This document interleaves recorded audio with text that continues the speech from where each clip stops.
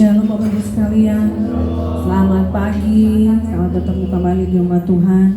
Buat yang ada datang beribadah di tempat ini pagi ini, begitu juga bagi yang menonton live di rumah, selamat pagi, Shalom. Kita membuka ibadah pada pagi hari ini dengan bersatu di dalam doa. Haleluya Yesus, terima kasih Tuhan. Kami ucap syukur ya Bapa buat kasih setiamu, anugerahmu, pimpinanmu dalam hidup kami ya Bapa, yang kami rasakan tidak pernah meninggalkan kami Tuhan sedikit pun. Tuhan, kami ucap syukur buat segala hal yang terjadi, baik yang baik maupun yang kurang baik. Dan kami percaya semua adalah baik bagimu ya Bapa. Terima kasih ya Tuhan, pada pagi hari ini kami datang menyembah, memuji dan membesarkan nama-Mu. Berikan roh-Mu yang luar biasa Tuhan. Sampaikan pesan-Mu dengan jelas supaya kami semua pulang membawa berkat, membawa pesan dari-Mu, membawa kekuatan yang baru dari-Mu. Terima kasih Yesus, kami siap pada hari ini. Haleluya, amin.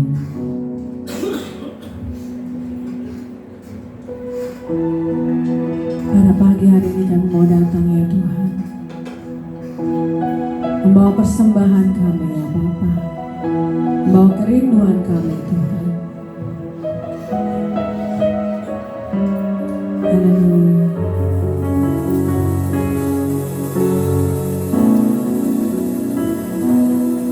Saat pagi hari ku datang lagi menghadap Tuhan dan rendahkan diri, mengucap syukur buat hari yang Kau beri, memuji Tuhan dengan sepenuh hati. Saat pagi hari ku datang lagi menghadap Tuhan dan rendahkan diri, mengucap syukur buat hari yang beri, memuji Tuhan dengan sepenuh hati. Ku sembah Kau, Allah Maha Kudus, ku tinggikan Allah Maha Tinggi, ku serahkan tubuh jiwa rohku dalam pimpinanmu Tuhan. Haleluya. Saat pagi hari ku datang lagi menghadap Tuhan dan rendahkan diri, mengucap syukur buat hari yang Kau beri, memuji Tuhan dengan kita katakan sama sekali lagi. Saat pagi hari ku datang lagi menghadap Tuhan dan rendahkan diri, mengucap syukur buat hari yang Kau beri, memuji Tuhan dengan sepenuh hati. Ku sembah Kau, Allah Maha Kudus, ku tinggikan Allah Maha Tinggi, ku serahkan tubuh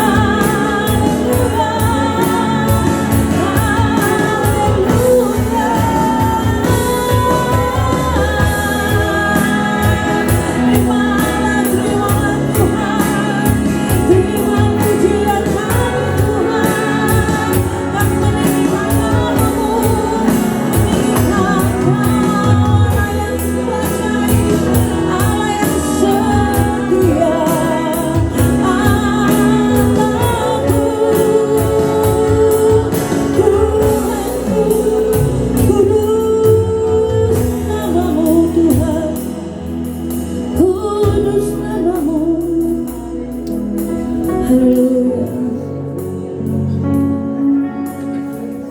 Kudus-kuduslah Tuhan.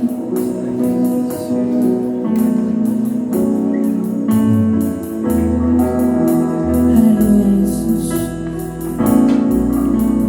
Ku sembah Allah Maha Kudus.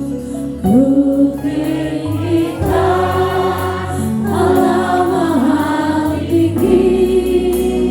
Ku serahkan tubuh jiwa rohku dalam pimpinanmu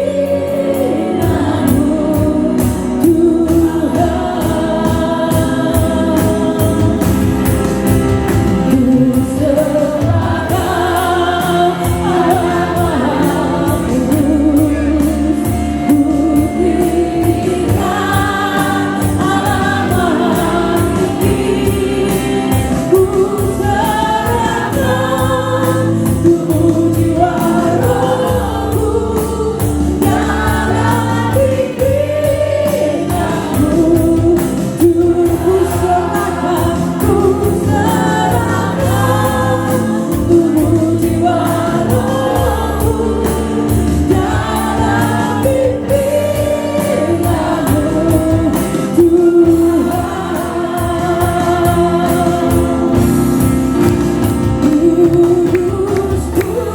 Kuduslah Tuhan, Allah semesta alam. Tinggikan namanya.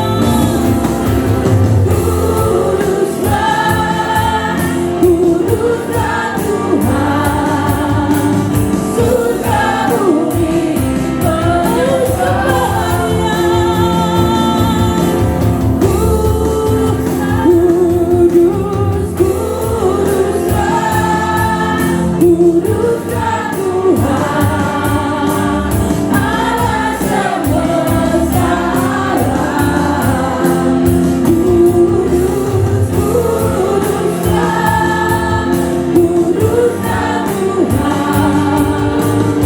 surga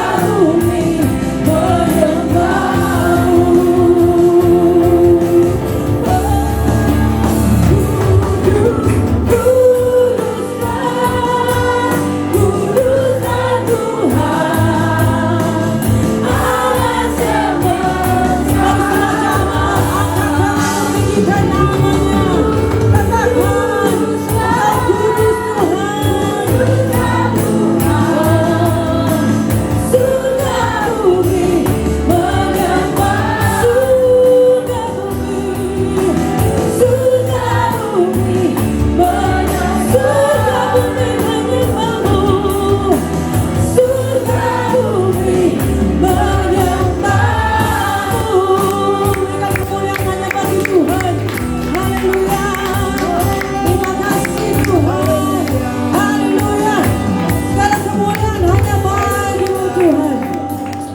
Kami siap bertepuk tangan bersorak bagi namamu Tuhan, karena hanya namamu yang patut ditinggikan. Mari kita semua siap katakan amin. Shalom. Sekali lagi shalom. Kita tidak ada gentawa maupun banjir ya Bapak Ibu sekalian. Mari kita tetap tinggikan nama Tuhan. Kami percaya Tuhan. Kami percaya hanya padamu.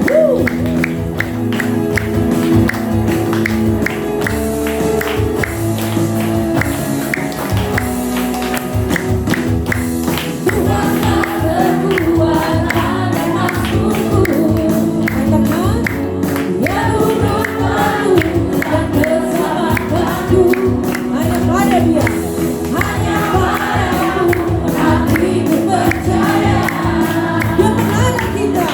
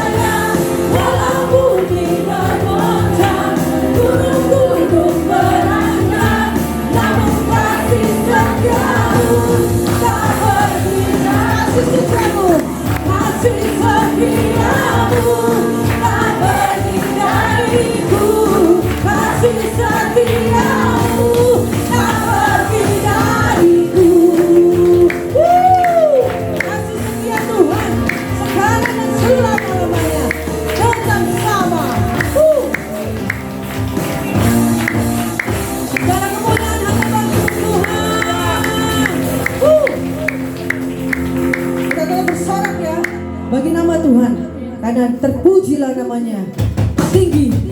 Haleluya. Kita bertemu bersama-sama.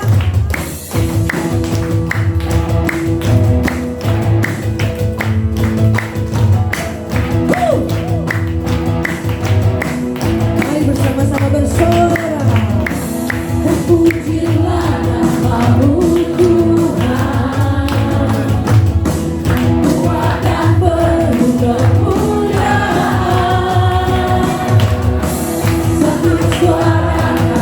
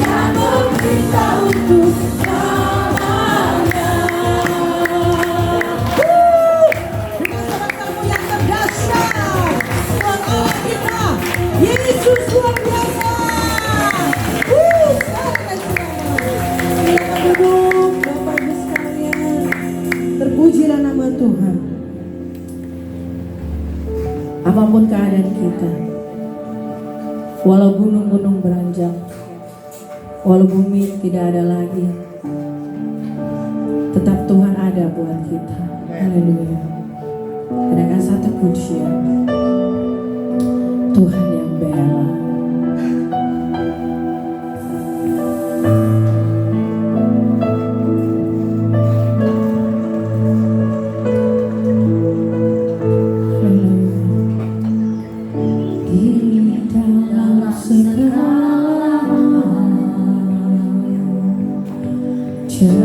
Janjinya tak berubah. Apa yang sudah difirmankan terjadi saat kita percaya. Meskipun 1000 tangan manusia menarikmu jatuh, namun Tuhan yang bela. Tangannya sanggup membuatmu naik ke gunung. Percayalah, Tuhan yang bela.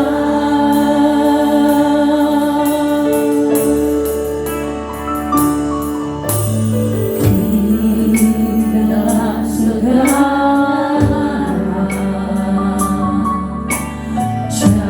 janjinya tak berubah.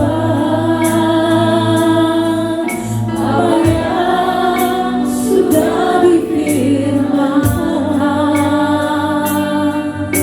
terjadi saat kita percaya.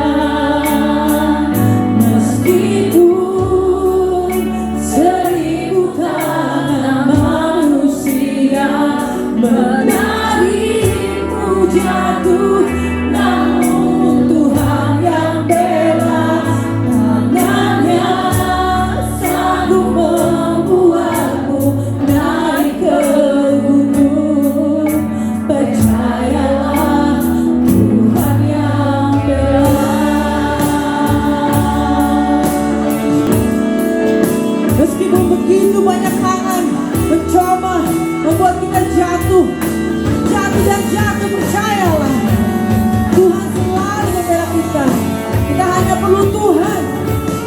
Tuhan ada buat kita. Janganlah takut, janganlah gentar. Haleluya.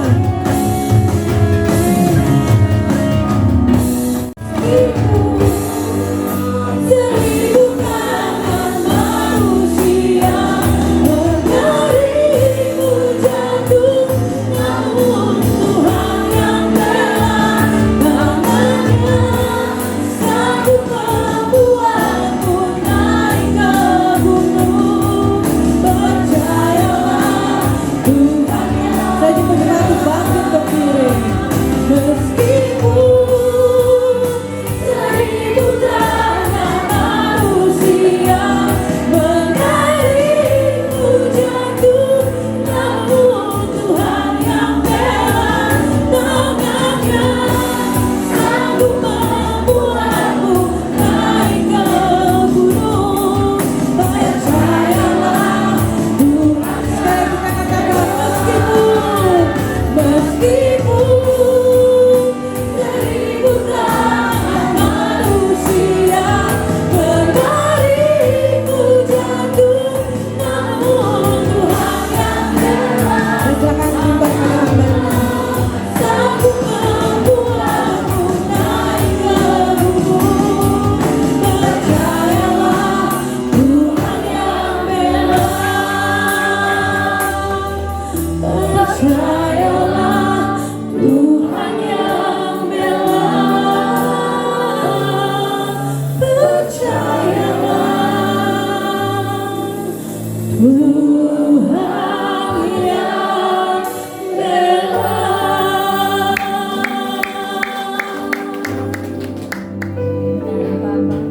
Oh Tuhan selalu membela hidup kami ya Amin. Bapa.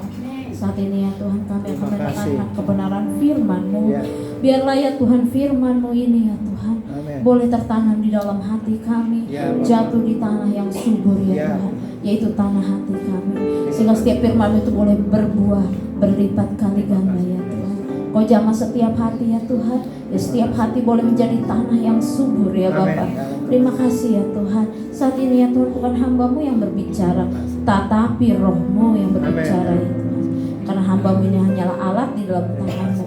Setiap ya Bapa, filsafat-filsafat manusia, logika-logika yang menentang Tuhan ya Tuhan, saat ini ya Tuhan, di dalam setiap pikiran kami semua, kami patahkan di dalam nama Yesus. Biar pikiran Kristus yang masuk ke dalam hati dan pikiran kami, agar kami memahami firman-Mu hari ini. Hanya di dalam nama Tuhan Yesus kami sudah berdoa dan mengucap syukur. Haleluya. Amin. Shalom Bapak Ibu Saudara. Puji Tuhan, pada pagi hari ini kita dapat kembali bersama berkumpul untuk datang kepada Tuhan.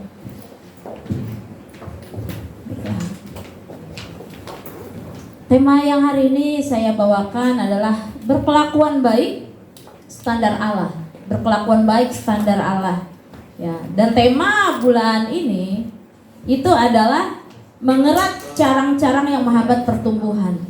Jadi berdasarkan tema bulanan, salah satu tema pada minggu ini adalah berkelakuan baik. Mengerat itu artinya membuang gitu ya, yang menghambat pertumbuhan. Oke, kita buka slide 1, oke ya. Berkelakuan baik standar Allah, slide 2. Arti standar menurut Kamus Bahasa Indonesia adalah ukuran tertentu yang digunakan sebagai patokan. Setiap hal di dunia ini pasti ada standarnya ya, baik itu pekerjaan, baik itu pasangan hidup, baik itu barang-barang yang dijual, semuanya menetapkan standar. Slide 3. Contoh, berapa barang di Indonesia? Misalnya, ya yang paling kita kenal adalah dicantumkan logo SNI, Standar Nasional Indonesia ya. Itu adalah standar kualitas yang ditetapkan untuk barang yang diperdagangkan di Indonesia. SNI berfungsi untuk memastikan kualitas, keamanan, dan kesesuaian produk ya. Jadi kalau misalnya kita lihat helm kok ada tulisannya SNI, oh berarti udah standar ya. Bisa digunakan dimanapun. Kok panci ada SNI-nya, oh berarti pancinya udah standar, aman ya. Kok kulkas ada logo SNI-nya, mesin cuci ada logo SNI-nya, blender kok ada SNI-nya, ya itu berstandar. Jadi kalau mau mencari yang produk yang sudah berkualitas, yang punya standar Indonesia, ya cari yang ada logo SNI-nya ya, bukan endorse ya Bapak Ibu. Nah seperti itu ya Bapak Ibu ya. Jadi itu fungsi SNI ya. Slide 4. Standar juga dipakai untuk menentukan kualitas seseorang dalam hal perekrutan. Ya, misalnya kalau seorang mau ngelamar jadi polisi, pasti ada standarnya. Oh, dia harus tingginya sekian, harus sehat fisik, sehat kejiwaannya, semuanya diperiksa secara ketat ya. Begitu juga misalnya di kantor, misalnya oh kalau mau jadi manajer syaratnya ini, berpengalaman ini dan ini gitu ya. Pasti ada syaratnya. Oh kalau mau jadi guru minimal pendidikannya apa, punya pengalamannya apa, harus ini. Bahkan ketika penerimaan menjadi PNS pun ya, itu ada standarnya. Oh minimal lulusan ini ya, pendidikan ini yang dicari adalah yang seperti ini, usianya maksimal sekian. Pasti ada standar-standarnya dalam hal pekerjaan juga. Semakin tinggi jabatan dalam sebuah pekerjaan, semakin tinggi pula standar yang ditentukan bagi para pelamar. Jadi semakin tinggi juga standarnya. Ya begitu juga iman kita. Kalau kita mau semakin tinggi imannya, ya kita harus naikkan standar hidup kita lah.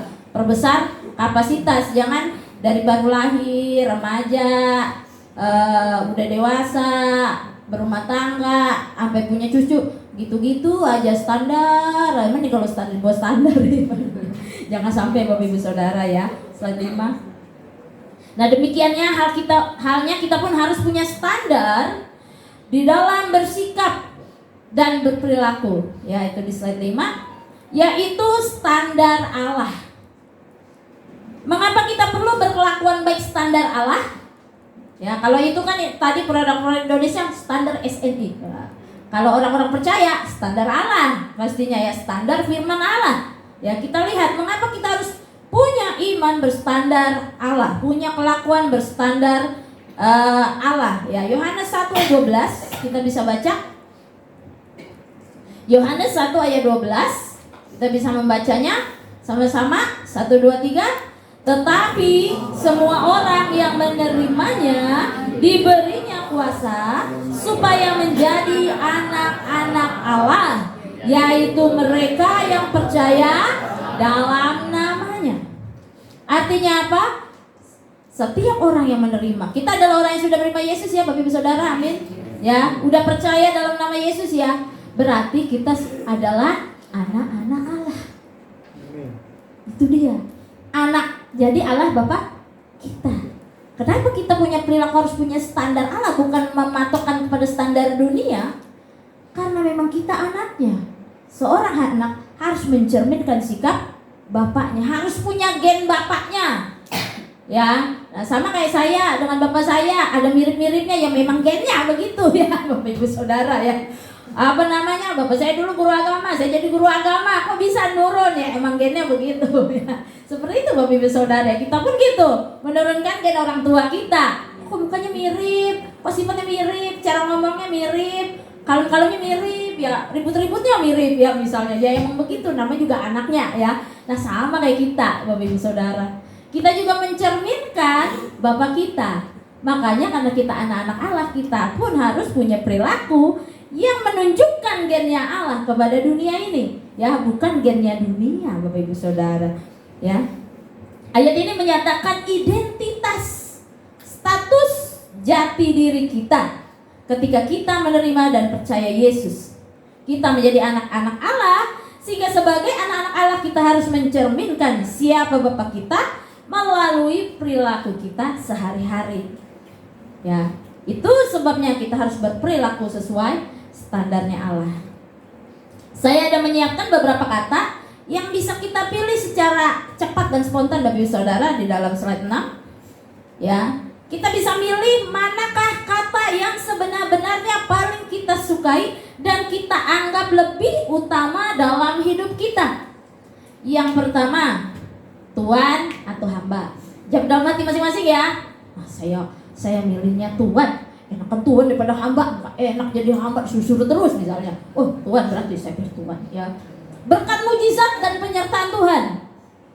Saya milih penyertaan Tuhan lah, nggak apa-apa lah. Mungkin doa saya belum terdengar ya, doa saya belum terjawab. Ya mungkin berkat Tuhan belum turun ya, tiap hujan misalnya kebanjiran terus ya, aduh ya nggak bisa uruk misalnya. Tapi saya tetap penyertaan Tuhan itu paling penting. Nah, atau misalnya, nggak mau, saya maunya pokoknya berkat mujizat harus selalu ada dalam hidup saya. Kalau enggak, saya bisa kecewa ini ya gitu. Nah, bisa pilih Bapak Ibu Saudara. Kemudian kebebasan atau taat. Enak bebas lah, nggak disuruh-suruh, nggak terikat apapun, silakan. Atau taat, ya taat firman Tuhan tentunya ya. Nah, instan atau proses. Maunya kalau doa tuh langsung dijawab gitu. Kalau nggak dijawab kayaknya kecewa gitu ya. Instan berarti. Kalau proses, ya kadang Tuhan jawabannya iya, tunggu, dan tidak. Ya, setia di dalam proses. Atau misalnya mengatur atau diatur. Nah, aku paling gak suka diatur, apalagi suruh-suruh, males banget. Apalagi pelayanan disuruh-suruh, diatur-atur. Gak suka aku lebih baik ngatur orang aja dah. Ya, mungkin ya. Atau misalnya kenyamanan, pikul salib. Pilih mana? Ya, gengsi harga diri atau rendah hati. Gengsi dong. Enak aja. Ntar harga diri saya di mana? Kalau saya minta maaf dengan gampangnya, nanti saya diinjak, harga saya diinjak-injak. Dia sudah menyinggung saya. Untuk apa saya rendah hati misalnya? Atau rendah hati. Saya tetap rendah hati, saya tidak menyombongkan diri misalnya, silakan. Pujian atau teguran, pilih mana? Udah disimpan ya. Saya sebelah sini ada 5, sebelah sini ada 3 gitu ya. Simpan masing-masing ya. Menerima, meminta atau memberi. Ya, sudah ya Bapak Ibu Saudara, sudah dipilih nih kira-kira paling banyak yang sebelah ini dari ini ya, dari sisi pandang saya ya. Sebelah kiri atau sebelah kanan? Oh dari sisi ini aja ya. Sebelah kanan atau sebelah kiri? Ya, banyakan mana ya? Ya, kiri, kanan sama ya. Oke ya. Kita lihat, saya jadi bingung.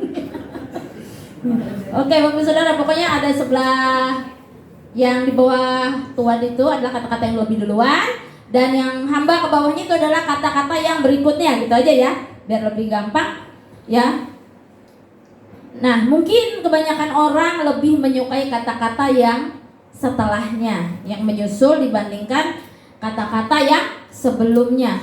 Ya, mungkin berkat, mujizat lebih menyenangkan daripada penyertaan Tuhan, tapi susah hidup gitu, terus banyak pergumulan, tapi Tuhan sertai kayaknya gimana gitu, tapi melewati proses mungkin lebih menyenangkan ya, langsung terjadi mujizat berkat ya. Mungkin lebih menyenangkan ya kebebasan dibanding taat gitu ya, suka-suka hati kita itu lebih menyenangkan. Memang secara daging instan lebih enak daripada proses ya, karena proses itu rasanya capek, berat ya. Mengatur lebih enak daripada diatur. Memang kenyamanan lebih enak daripada pikul salib.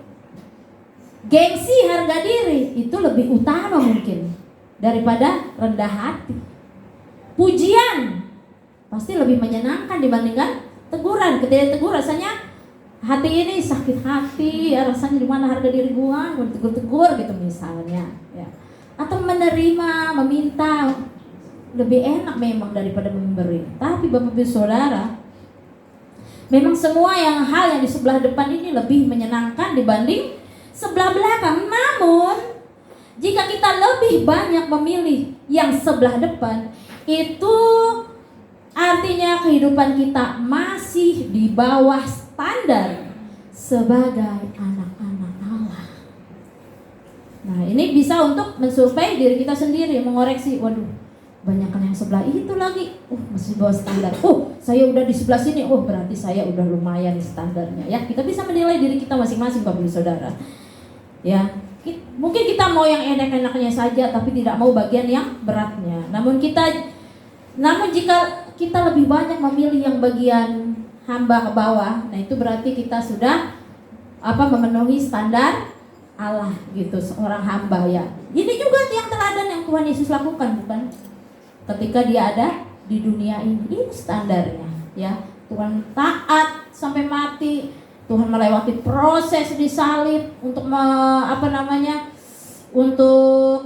menebus dosa kita. Dia mau diatur. Apa buktinya Tuhan Yesus mau diatur? Yang waktu itu muridnya Tuhan Yesus nanya, boleh gak kita bayar ini pajak untuk pemerintah, katanya kan gitu ya.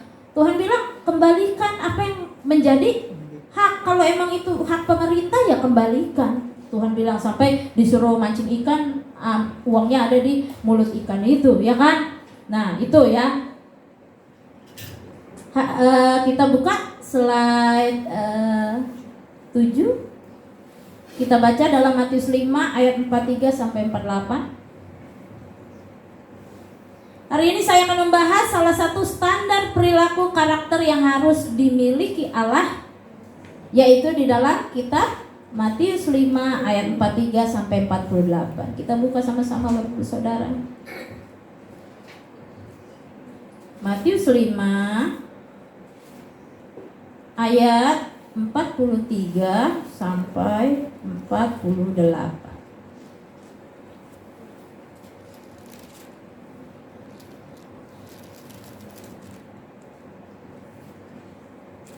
Mari kita baca.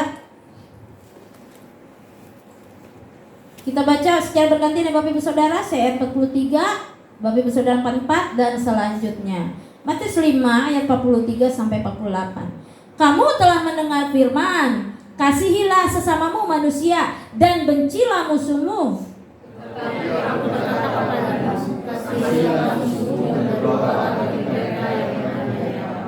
Karena dengan demikian kamu menjadi anak-anak Bapamu yang di surga, yang menerbitkan matahari bagi orang yang jahat dan orang yang baik, dan menurunkan hujan bagi orang yang benar dan orang yang tidak benar. Apabila kamu mengasihi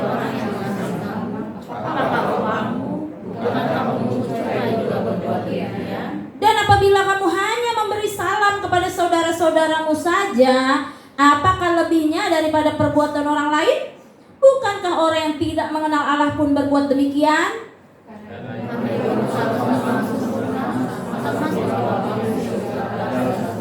Oke, kembali ke slide 7, kita melihat bahwa standar kasih menurut standar Allah adalah yang pertama adalah mengasihi musuh kita di dalam ayat 43. Nah, jadi membenci, menyimpan sakit hati tidak boleh Bapak Ibu Saudara. Mungkin kalau sampai saat ini gue sakit hati karena kejadian yang lalu 10 tahun lalu, waduh lama banget ya. Masih pun sampai sekarang sakit hati, buang Bapak Ibu Saudara, jangan karena itu bukan kasih. Bukan kasih standar Kristus. Kalau kita masih menyimpan sakit hati, kebencian, itu hidup kita nggak maju-maju Bapak Ibu Saudara, masih di bawah standar Kristus artinya. Kemudian mendoakan orang yang berbuat jahat. Ketika kita diperlakukan tidak baik, doakan dia biar dia bertobat. Bukannya malah sakit hati gue, lihat ntar gue balas gue cari kesempatan buat balas dia. Kesel banget gue sama dia, lihat aja ntar gue balas dia. Sakit hati banget deh gue, aduh gak bisa terbandung nih sakit hatinya, aduh gak sabaran dah gue sama dia gitu. Jangan Bapak Ibu Saudara dendam atau membalas, tidak boleh. Itu standar kasih Kristus sesuai firman Tuhan.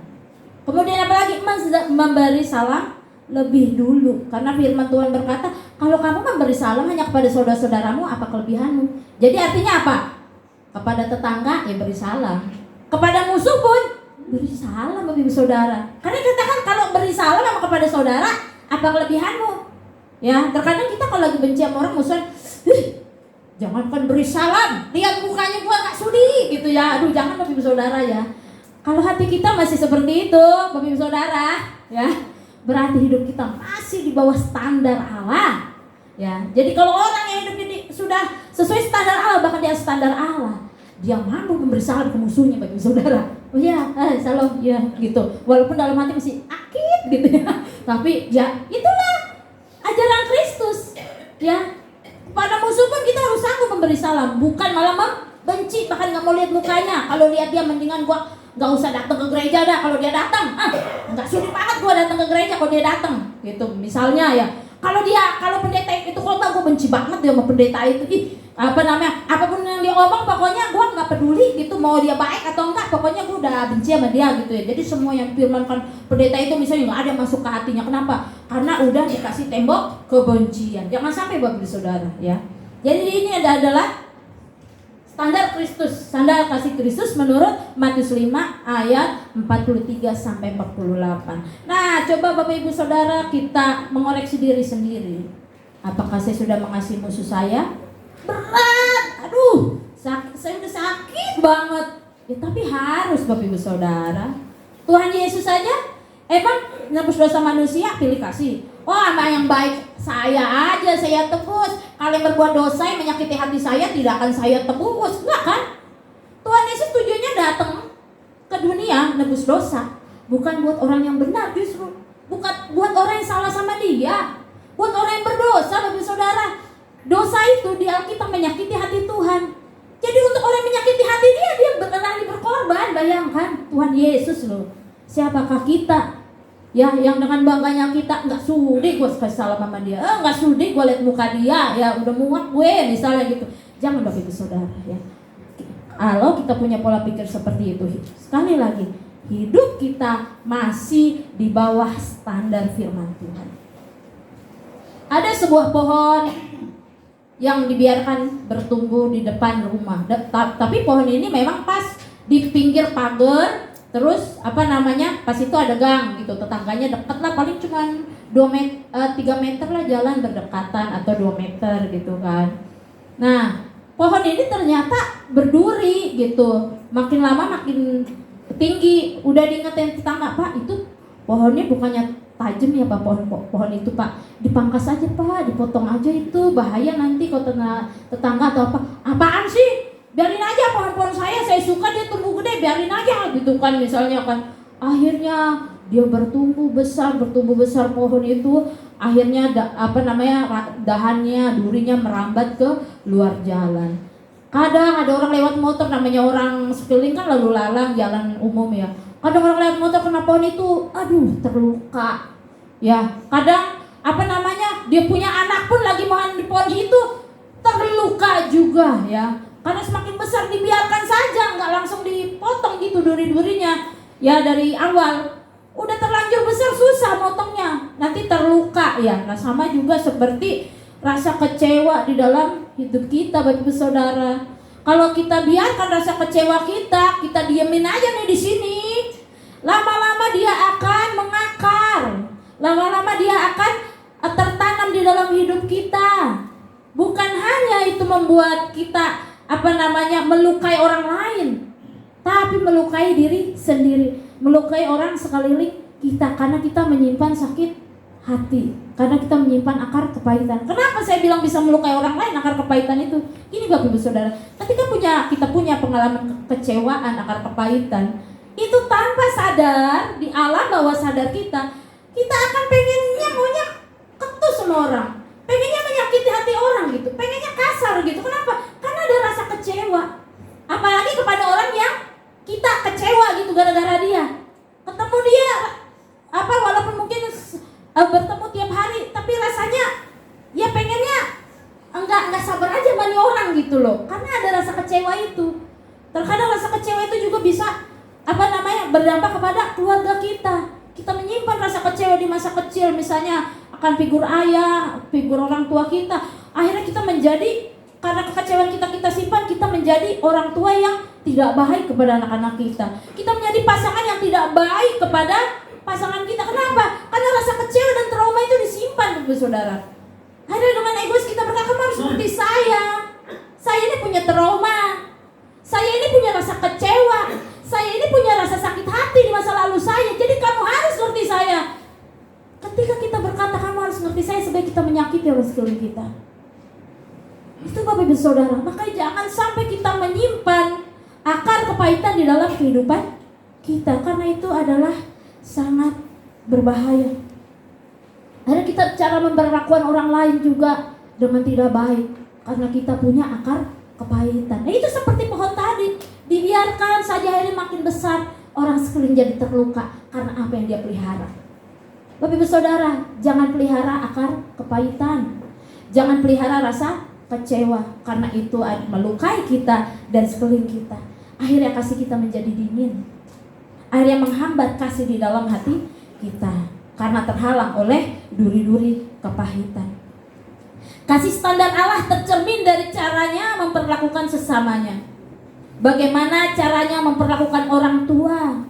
Dalam hal ini mungkin bisa orang yang lebih tua atau orang tua kita sendiri. Ya, jangan bangga Bapak Ibu Saudara ketika misalnya gue gak takut sama lu, emang lu salah lu, walaupun lu lebih tua gue gak takut. Bukan merasa takut, gak takutnya Bapak Ibu Saudara, tapi seharusnya kita lebih takut kepada Tuhan. Perintah Tuhan adalah hormatilah orang tuamu, hormatilah orang yang lebih tua juga, kan seperti itu, menghargai walaupun mungkin dia memiliki kesalahan, tapi tetap perintah Tuhan mengatakan hargailah. Ya, hargailah pemimpinmu, hargailah orang tua. Ya sama seperti saya, mungkin di sekolah terkadang pemimpin saya mengambil keputusan-keputusan yang mungkin tidak mengenakan buat saya, tidak menyenangkan buat saya. Tetapi saya tetap menghormatinya, bukan karena saya takut sama dia sebagai pemimpin saya, bukan Bapak Ibu Saudara, tapi karena saya takut Tuhan. Karena saya sadar jati diri saya adalah anak-anak Allah yang harus mencerminkan firman Allah. Maka walaupun mungkin pemimpin saya melakukan kesalahan, saya tetap hormat kepada dia. Ya Pak, ya Pak, ya, tetap memberi salam Bapak Ibu Saudara. Walaupun hati ini rasanya berontak tidak enak, tetapi itulah firman Tuhan. Ketaatan itu lebih penting Bapak Ibu Saudara. Ya, nah itu yang perlu kita renungkan di dalam kehidupan kita. Bagaimana juga kita memperlakukan pasangan, anak-anak, rekan sepelayanan, sesama jemaat, karyawan, dan sesama kita manusia. Itu tercermin Bapak Ibu Saudara ya, nilai-nilai Kristiani kita ketika kita memperlakukan orang lain. Sehebat apapun pengetahuan tentang firman Tuhan, Namun jika hal itu tidak kita praktikkan dalam tingkah laku kita sehari-hari, sesungguhnya semuanya sia-sia belaka. Ada beberapa ayat firman Tuhan yang mengingatkan kita tentang bagaimana mengasihi Tuhan dan sesama kita sesuai dengan standar Allah. Kita bisa melihat di dalam 1 Korintus 13 ayat 4 sampai 7. 1 Korintus 13 ayat 4 sampai 7.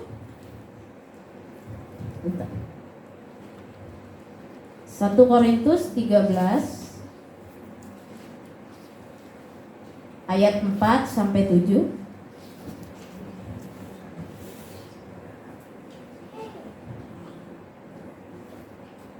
Ya, kita baca sama-sama ya. Kasih itu sabar. Kasih itu murah hati. Dia tidak cemburu. Dia tidak memegahkan diri dan tidak sombong. Lanjut lagi.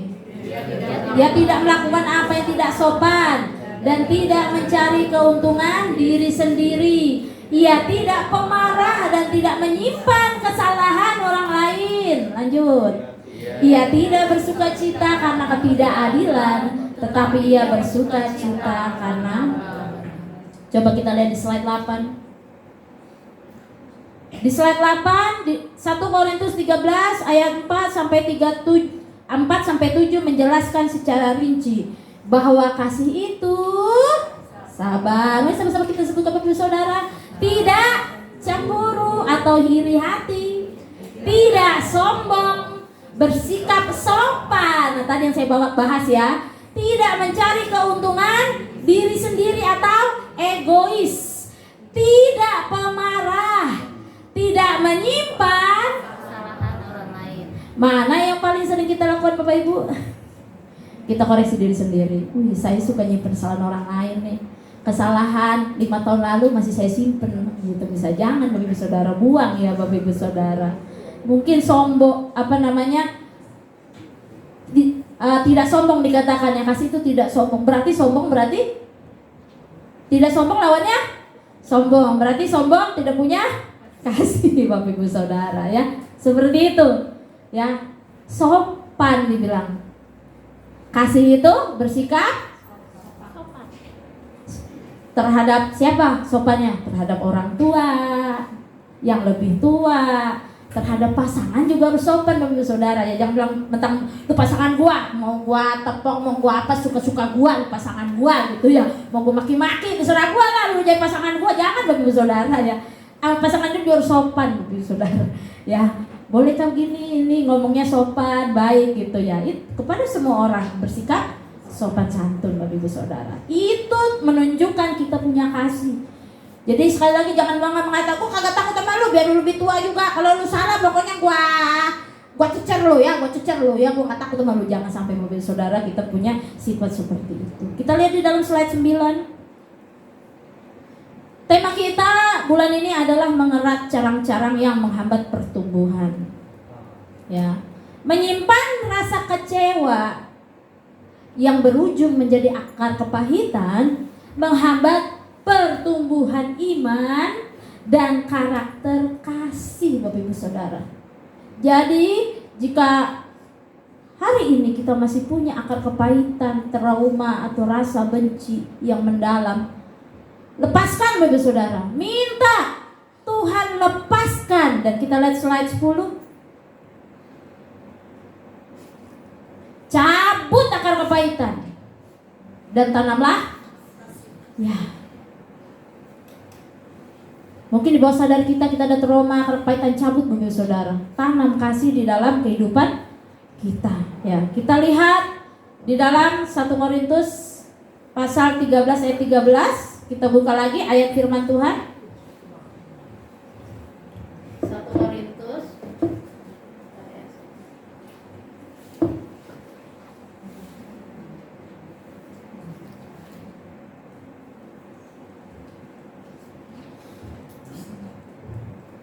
Kita akan baca sama-sama, mari kita baca ya Bapak Saudara. Demikianlah tinggal ketiga hal ini, yaitu iman, pengharapan, dan kasih. Yang paling besar diantaranya adalah kasih.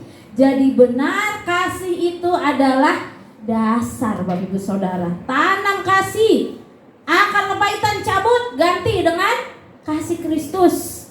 Ya, kita lihat di dalam surat 11. Ini adalah beberapa ayat tentang kasih di dalam surat 11. Kita buka dalam Matius 22 ayat 37 sampai 40 mengatakan, ya, kita baca sama-sama lagi Bapak Ibu Saudara ya. Matius 22 ayat 37 sampai 40 mengatakan, kasihilah Tuhan Allahmu dengan segenap hatimu dan dengan segenap jiwamu dan dengan segenap akal budimu. Itulah hukum yang terutama dan yang pertama. Dan hukum yang kedua yang sama dengan itu adalah kasihilah sesamamu manusia seperti dirimu sendiri. Pada kedua hukum inilah tergantung seluruh hukum Taurat dan kitab para nabi. Ya, Tuhan pun mengajarkan kita harus saling mengasihi Allah dan mengasihi manusia. Karakter paling mendasar dalam kekristenan adalah kasih. Maka mari kita memperlakukan orang lain dengan kasih, supaya mereka dapat melihat Kristus di dalam kehidupan kekristenan kita. Di dalam Wahyu 2 ayat 2 sampai 5 Allah menegur jemaat di Efesus. Ya. Jemaat Efesus adalah jemaat yang giat membela kebenaran. Mereka giat dan tekun dalam imannya kepada Allah. Mereka sabar menderita oleh karena nama Tuhan. Tetapi mengapa Tuhan mencela mereka? Karena mereka meninggalkan kasih-Nya yang semula. Ternyata ketika giat bekerja buat Tuhan, berjerih lelah bahkan menderita, bukan jaminan, belum tentu jaminan bahwa semua itu sudah memenuhi standar yang Allah mau. Bahkan terkadang tanpa sadar ketika kita sedang giat-giatnya untuk Tuhan, bekerja untuk Tuhan, giat-giatnya ibadah, masih dianggap jatuh begitu dalam. Mengapa? Karena kita kehilangan kasih mula-mula terhadap Tuhan. Bahkan kasih kita menjadi tawar terhadap sesama. Nah, ini yang Tuhan tidak mau. Kita lihat dulu Wahyu 2 ayat 2 sampai 5. Ya.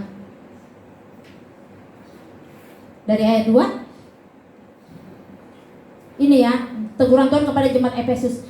Aku tahu segala pekerjaanmu, baik jerih payahmu maupun ketekunanmu. Awalnya bagus-bagus ya ini ya.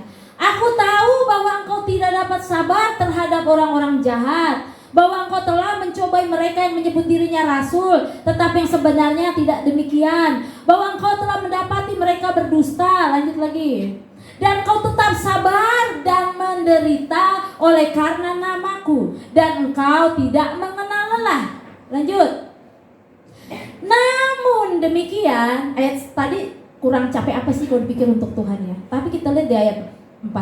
Namun demikian aku mencela engkau.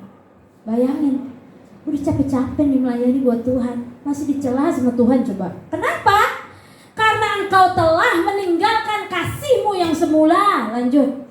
Sebab itu ingatlah betapa dalamnya engkau telah jatuh. Bertobatlah dan lakukanlah apalagi yang semula engkau lakukan. Jika tidak demikian, aku akan datang kepadamu dan aku akan mengambil kaki dianmu dari tempatnya jika engkau tidak bertobat. Ini dia Bapak Ibu Saudara. Jadi jangan sampai di tengah giat-giatnya kita melayani Tuhan, ya ternyata Tuhan tidak berkenan dengan semua apa yang kita lakukan. Kenapa bisa begitu? Karena terkadang kita melakukannya atas dasar keinginan kita sendiri mungkin, bukan atas dasar kasih. Segala sesuatu yang kita lakukan buat Tuhan, kalau tidak didasari kasih kepada Tuhan atau kasih kepada sesama dan jiwa-jiwa, Tuhan bilang semua itu sia-sia. Kamu lagi jatuh anakku. Mari hari ini kita datang kepada Tuhan, kita koreksi apa motivasi saya datang kepada Tuhan. Saat ini ketika kita yang beribadah, apa motivasi kita ibadah kepada Tuhan? Atau karena ingin menunjukkan kita sebagai umat Kristen yang taat saja, takut nanti berkat yang gak dikasih sama Tuhan? Ataukah mungkin sekedar rutinitas di hari Minggu? Mari kita koreksi diri kita. Apa karena kita benar-benar aku rindu ke gereja karena aku mau bersekutu dengan Tuhan, karena aku mencintai Tuhan dengan dalamnya. Hari ini mari para pelayan tanya pada diri kita sendiri, apa alasan saya melayani Tuhan? Apakah karena hanya mengisi waktu kosong? Apakah hanya karena mencari pengalaman? Atau hanya karena ya emang ada tugas aja gitu, makanya saya melayani? Koreksi diri kita sendiri di dalam hati yang paling dalam. Apakah karena saya benar-benar cinta sama Tuhan? Apakah karena saya benar-benar mengasihi Tuhan dan hati saya bergetar ingin melakukan apapun untuk Tuhan? Hari ini apa alasan Bapak Ibu Saudara berbuat baik? Apa karena ingin dilihat orang lain? Ataukah karena ingin sebuah pujian? Ataukah karena untuk kepuasan diri sendiri? Kalau saya memberi saya senang. Atau karena benar kita sangat mengasihi sesama kita, mengasihi hamba-hamba Tuhan di tempat ini? Atau hanya karena keinginan kita sendiri Bapak Ibu Saudara? Mari hari ini seperti Tuhan menegur jemaat di Efesus, hari ini Tuhan juga menegur jemaat di tempat ini Bapak Ibu Saudara. Kita kembali murnikan motivasi kita.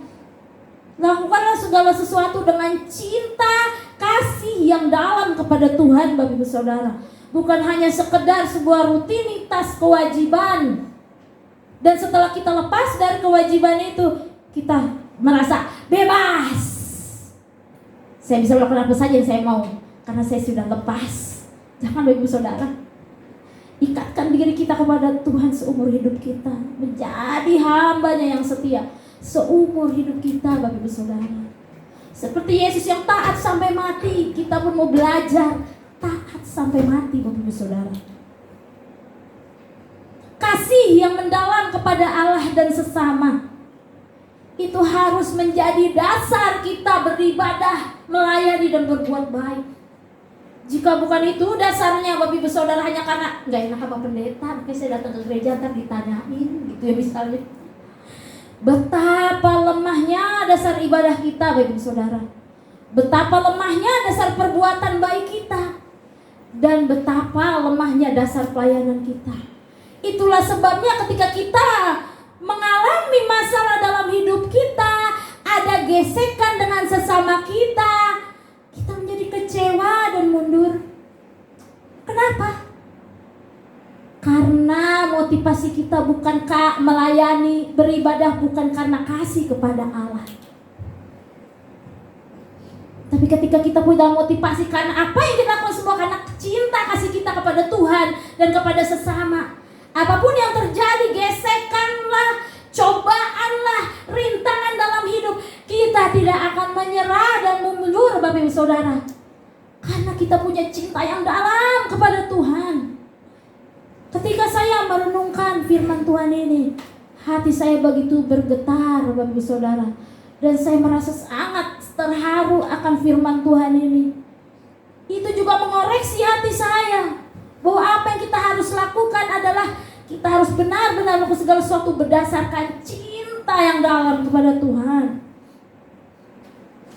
Mari Bapak Ibu Saudara, kita kembali lakukan apa yang semula kita lakukan. Kita lihat slide 13.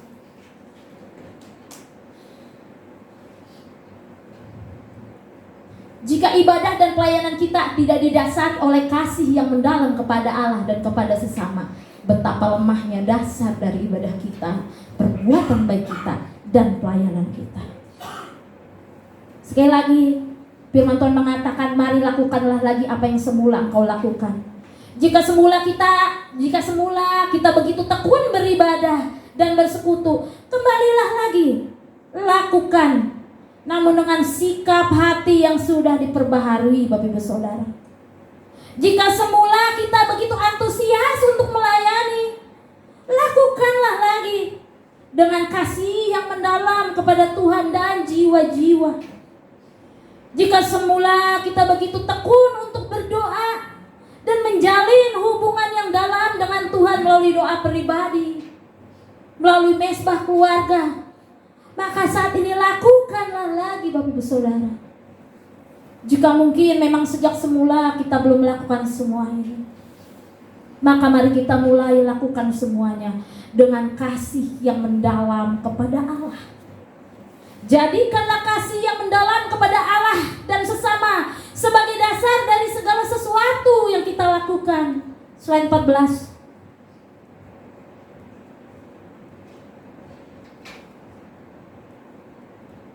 Kembali Tuhan mengatakan, sebab itu ingatlah betapa dalamnya engkau telah jatuh.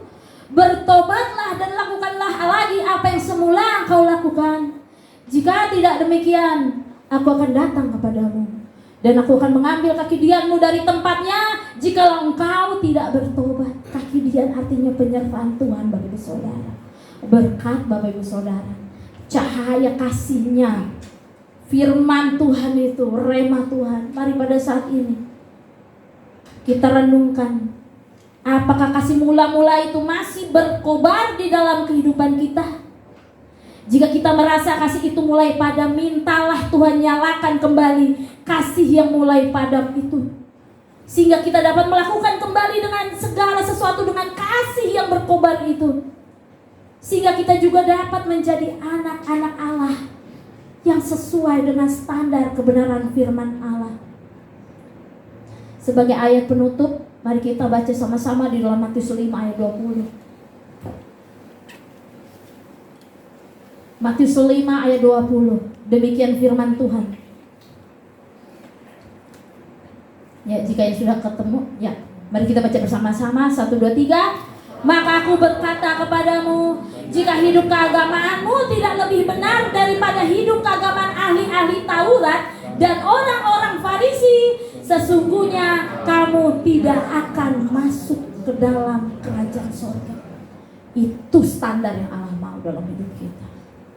Jadi jangan lagi jadi orang Kristen yang kaleng-kaleng Bapak Ibu Saudara, yang hanya menjalankan rutinitas, ya gua Kristen, ya gua gereja karena gua Kristen. Tapi lakukanlah segala sesuatu karena kasih yang berkobar-kobar kepada Allah Bapak Ibu Saudara.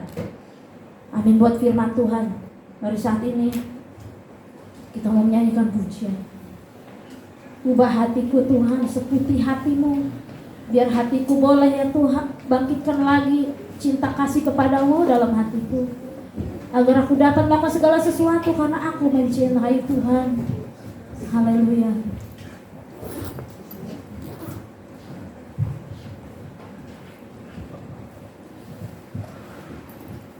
Ubah hatiku seputih hatimu Tuhan. Bapa, terima kasih buat firman-Mu hari ini ya Tuhan, yang kembali mengingatkan kami seperti jemaat di Efesus ya Tuhan. Hari ini kami mau belajar ya Tuhan, menyelidiki hati kami.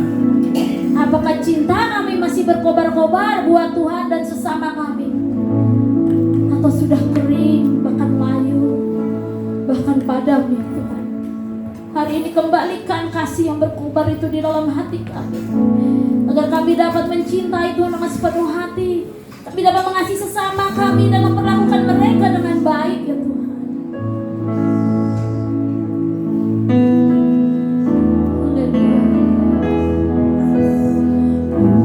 Ubah hatiku seputih hatimu, setulus harimu.